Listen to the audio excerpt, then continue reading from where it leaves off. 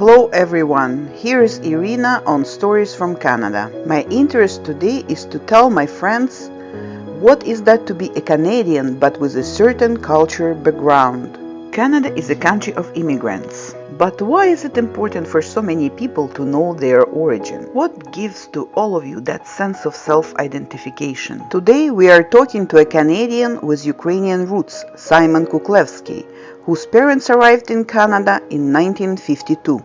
Simon considers himself as a third generation of immigrants, as his mother's parents immigrated from Ukraine to France right after World War I.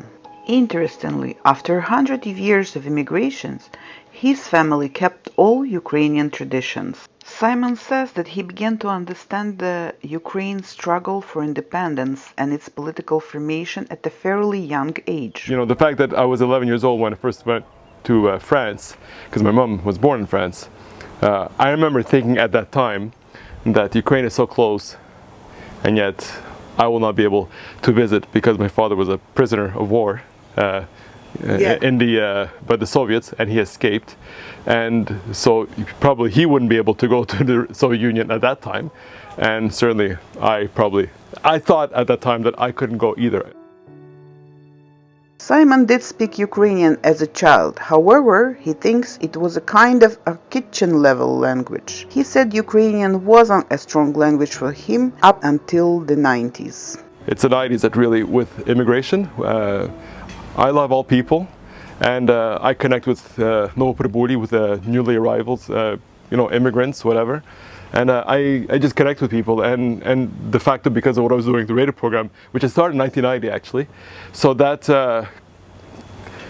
I forced myself to improve. I didn't have to. I could have managed without it, but I forced myself, and so thankfully I had great teachers from Ukraine. In addition to other cultural traditions, special attention in Simon's family was paid to religious as well to family legacy. So the obvious ones are Christmas and Easter, Pascha. That's from day one, I don't remember a time without it. But then you have a lot of traditions. I mean, like this past week we had Provode, which to me is, you're familiar with it. Yeah. I've heard of it, but I wasn't really familiar with it. So I learned more about it. So that, from my grandfather, my mother's father, he had a 1000 karboventsів. Like big paper money, 1,000 karboventsів. So that's, I think, the only thing I have from Ukraine that he brought back. Simon had a chance to visit Ukraine 4 times. What do you feel when you land in Ukraine? I feel like I'm at home.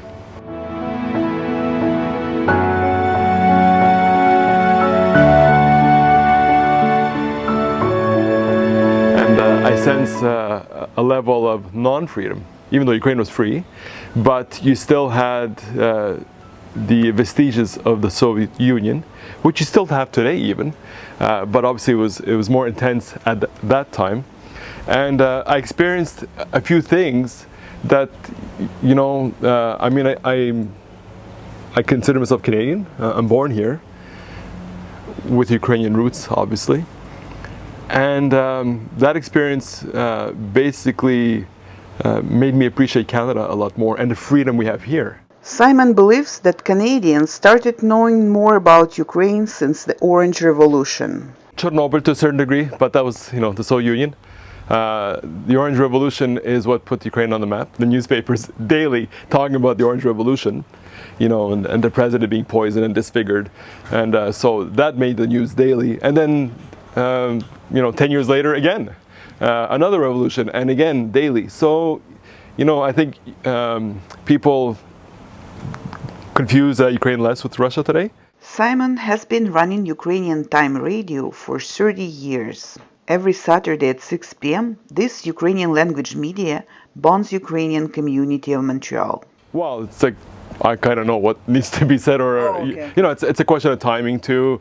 You have different seasons for different topics, obviously. So, but people will come up with ideas, for sure. It does happen. One of the Ukrainian events that Simon never missed is the Ukrainian Festival in Montreal. For over 20 years, this festival has been promoting Ukrainian heritage to Montreal community and raising awareness of contribution of Ukrainian Canadians to Canadian society in Quebec.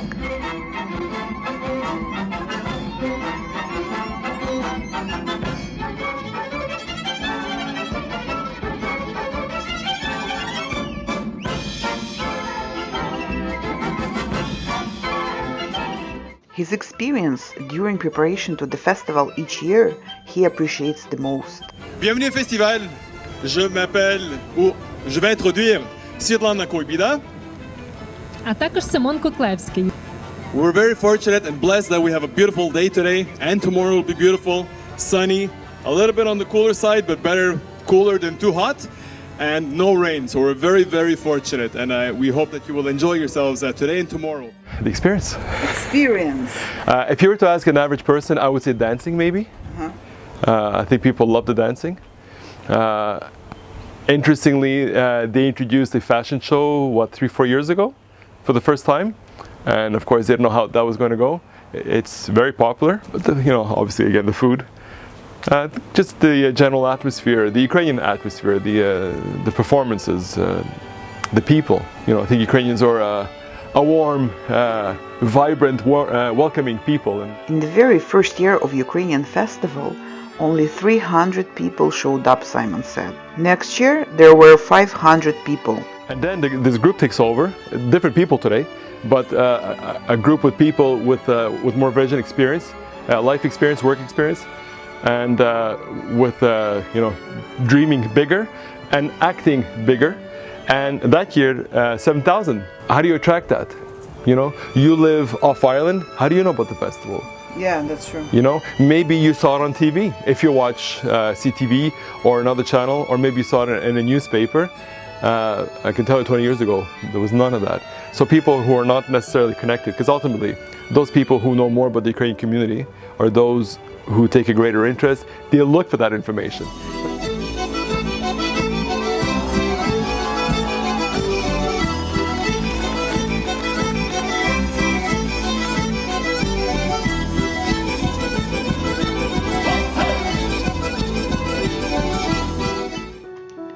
There are many mixed culture marriages in Quebec. Simon said, keeping or not a certain cultural heritage depends on the family. You do see families where it's mixed marriage and the spouse speaks the language. The non-Ukrainian spouse speaks the language. Wow.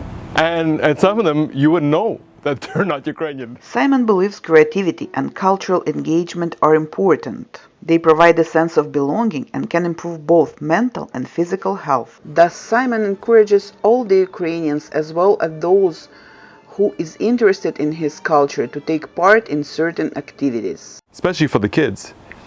And so there are youth organizations they can join. Because the question is, what's going to happen with the next generation and the one after that? That's where you have assimilation. Just engage yourself, that's all it is. And if you're concerned about the future, and that's the thing is, I don't know what level people maybe are really concerned.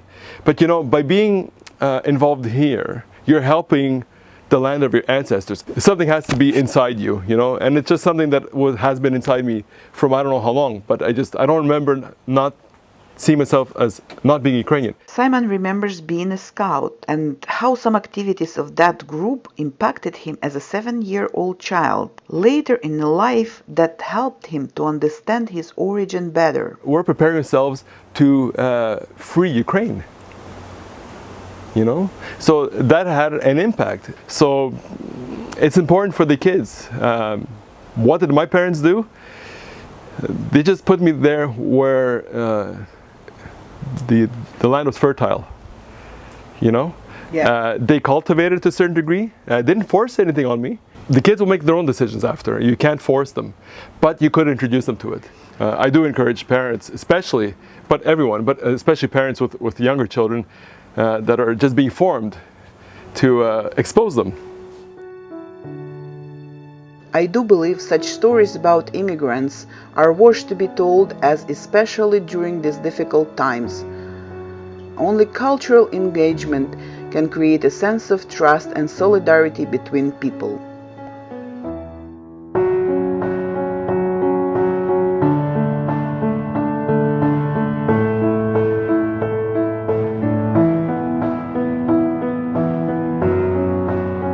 If you would like to share with us your story or experience of living in Canada, contact us. You can find our email in the description under this video, as well as links to our Instagram and Facebook.